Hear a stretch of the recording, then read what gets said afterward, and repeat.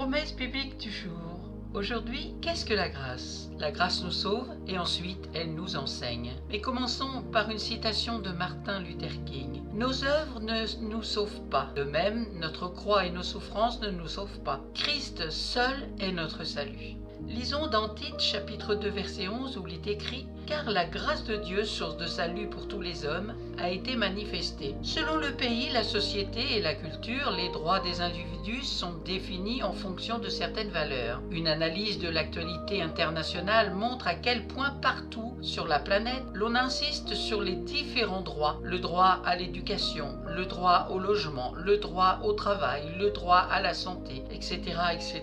D'ailleurs, face aux nombreuses violations des droits humains, nous ne pouvons qu'admirer les initiatives généreuses pour venir en aide aux personnes vulnérables, ainsi que celles qui sont victimes de la misère qu'il y a dans le monde. Pour avoir de l'assistance venant de l'État, des institutions et autres ressources administratives, nous pouvons faire valoir nos droits. Cependant, devant Dieu, quels droits ferons-nous valoir? Il est notre Créateur, mais nous l'avons profondément déshonoré par nos péchés. En effet, considérant notre condition, nous n'avons aucun droit devant Dieu, encore moins celui à la vie, car le salaire du péché c'est la mort, nous dit la parole de Dieu dans Romains chapitre 6 verset 23. Mais la grâce de Dieu donne ce que personne ne mérite. Dieu dit que tous ont péché et ont besoin d'être sauvés. Ce n'est jamais vraiment à cause de ses mérites que quelqu'un peut s'approcher de Dieu ou se sauver lui-même, mais Dieu le reçoit en vertu de sa grâce, celle qu'il a manifestée en nous donnant Jésus-Christ comme Sauveur et Seigneur. Dans Jean chapitre 1 verset 17, il est écrit « Car la loi a été donnée par Moïse,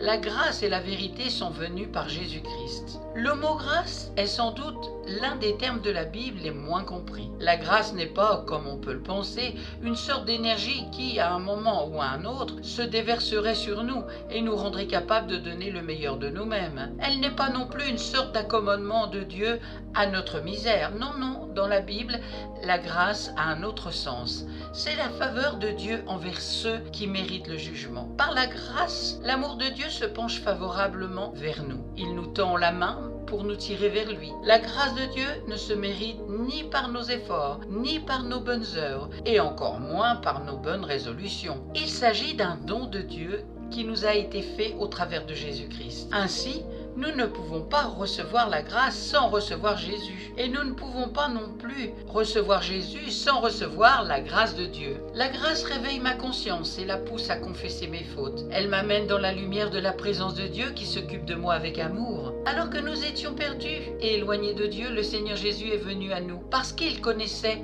l'étendue et la gravité de notre péché. Il a pris sur lui la condamnation que nous méritions et nous a donné la vie éternelle.